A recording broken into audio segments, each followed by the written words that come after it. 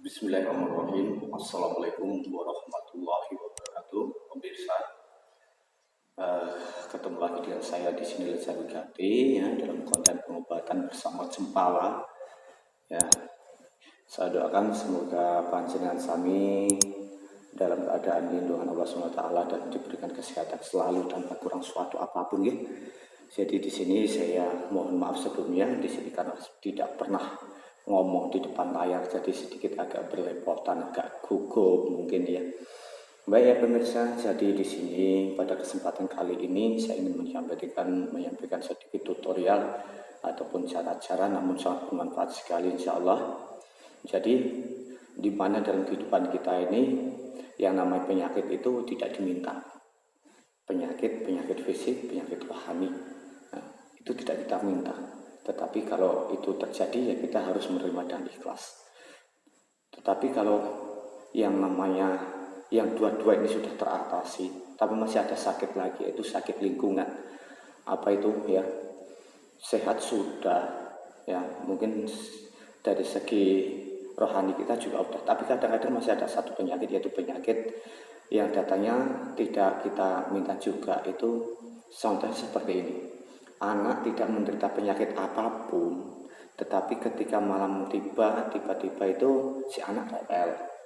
Atau mungkin anggota keluarga kita sering ketika tengah malam atau malam menjelang itu sering terjadi atau terdengar ada suara orang berjalan, ada suara benda-benda seolah dipukul-pukul, atau mungkin ada benda jatuh. Inilah yang menjadi salah satu hal yang harus kita tangani juga, harus kita obati juga, harus kita tangkal, harus kita selesaikan permasalahan-permasalahan yang seperti ini. Jadi pemirsa sekalian, dalam kali ini biasanya hal-hal yang demikian itu berkaitan atau berhubungan dengan hal-hal yang mistis.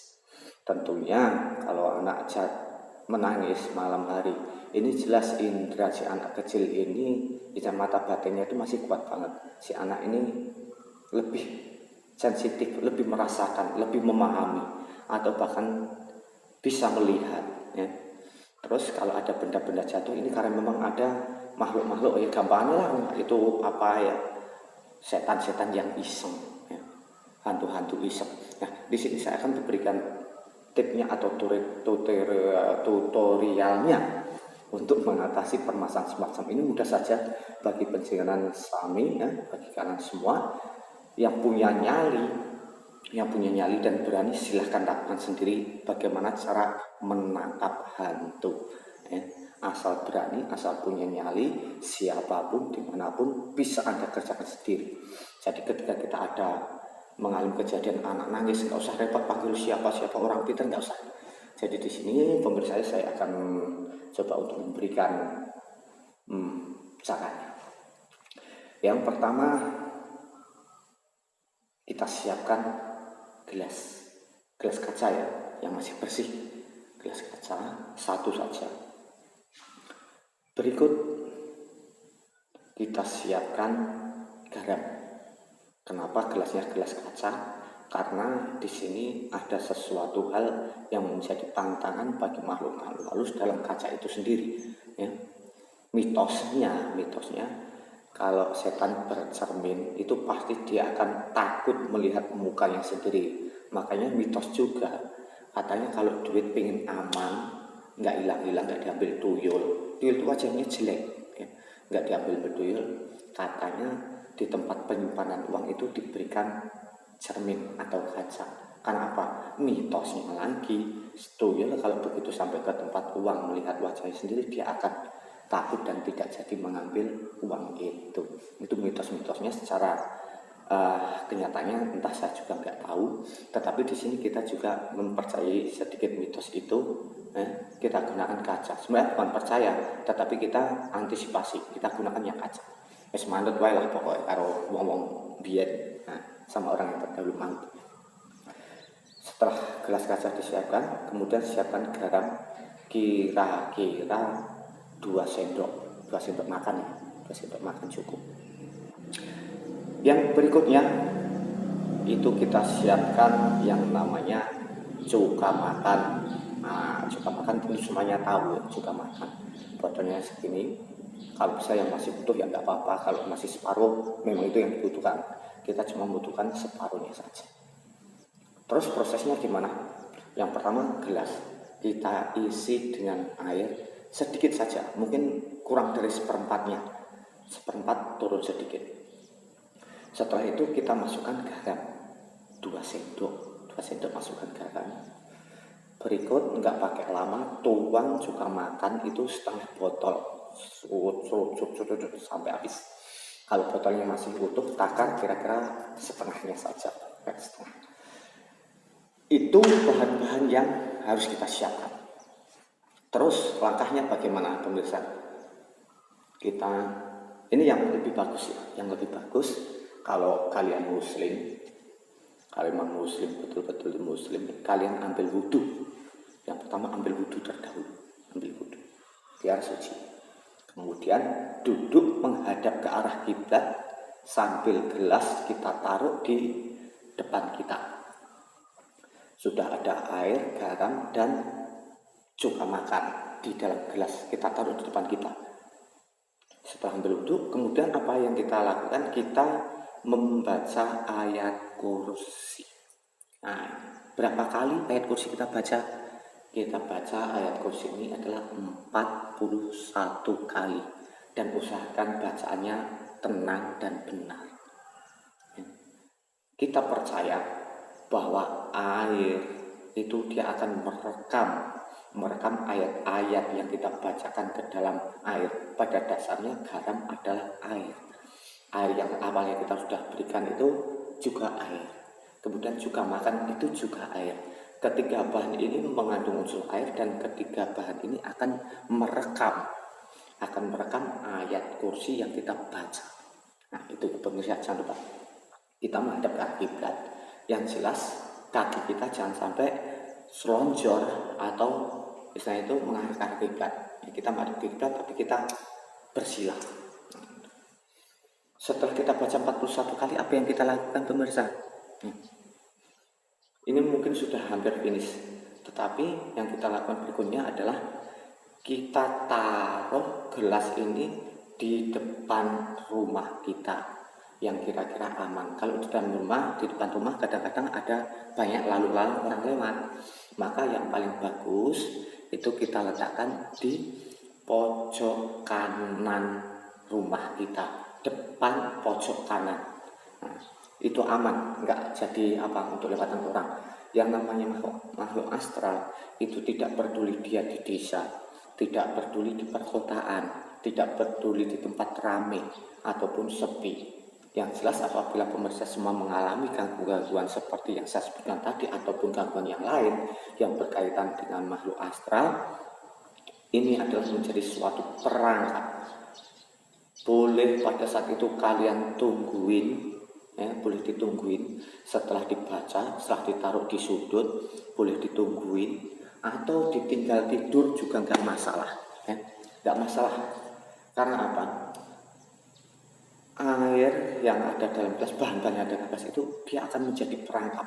Awalnya dia akan merangsang kedatangan atau memancing datangnya makhluk astral. Setelah itu dia ingin sekali untuk memiliki bahan-bahan itu, tetapi begitu dia masuk, dia tidak akan bisa keluar lagi.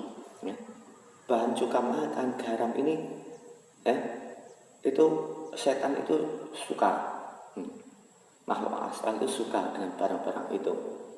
Tetapi dikunci dengan ayat kursi yang jumlahnya 41 kali. Insya Allah kalau ini kita baca benar, kita konsentrasi, ada wudhu, kemudian posisi kita juga suci. Ini adalah ruqyah mandiri, pemburu hantu profesional yang bisa dilakukan sendiri. Efeknya gimana? Efeknya kita tidak perlu pembuktian, Mana hantunya, mana setannya, mana makhluk astralnya, kok nggak ada di dalam gelas? Itu nggak usah dicari-cari, nggak nampak. Kecuali kalau orang itu udah linuih, mata batinnya itu sudah jos, mungkin dia akan melihat berapa ratus makhluk itu yang tertangkap di dalam gelas. Kalau orang linuwih, bahasa Jawanya itu orang yang mata batinnya kuat itu linuwih. Nah itu pasti dia mampu untuk melihatnya. Bahkan bisa-bisa tidak terhitung yang terperangkap. Karena apa? Sangat terpancing sekali dengan bahan-bahan itu. Tetapi kalau bejo ning awak, nasib kita itu bagus, kita akan melihat perubahan gratis pada isi gelas. Awalnya garam putih, juga makan putih, maksudnya bening ya, bening, air bening. Tetapi kalau kebetulan kita itu lagi kebejan, lagi kebenaran, nasibnya bagus, maka air atau bahan yang dalam gelas itu tadi akan berubah agak ke hijau-hijauan. Hijau-hijauan. Itu apa tandanya? Karena makhluk-makhluk itu begitu istilahnya itu terkunci, dia merasa tersiksa sampai istilahnya itu terkencing-kencing, tergerak-gerak. Maaf ngomong ya, maaf itu saking terkuncinya nggak bisa keluar, sementara dia di situ jumlahnya banyak. Ibaratnya ngomong susuan, pengen betul ngeraiso. Nah itu. Kemudian sebagai pembuktian lain apa? Insya Allah setelah panjenengan kalian semua lakukan hal itu, kita bisa buktikan malam berikutnya atau hari berikutnya, insya Allah suara-suara yang biasanya terdengar, anak yang biasanya rewel, ini tidak akan terjadi lagi. Ya, jadi ketika terjadi hal demikian kita nggak usah repot panggil orang pintar, panggil siapa, nggak usah, kita mandiri saja, mandiri. Jadi bahwa kita itu juga mampu untuk melakukannya. Yang penting kalian punya nyali. Kalau mau ditonton, ditungguin nggak apa-apa. Bagaimana prosesnya, apakah gelasnya anda akan gerak-gerak atau gimana? Ketika setan datang masuk terkunci gimana? Boleh ditungguin. Ya. Yang jelas kita melihat setan tetap masuk. Nah itu. Jadi pemirsa ya, insya Allah mudah-mudahan apa yang saya sampaikan ini bermanfaat. Jadi posisi rumah kita ini menjadi steril, gangguan-gangguan yang kita tidak inginkan insya Allah tidak akan terjadi lagi. Terima kasih panjenengan sudah menonton video saya, sudah menyaksikannya sampai selesai.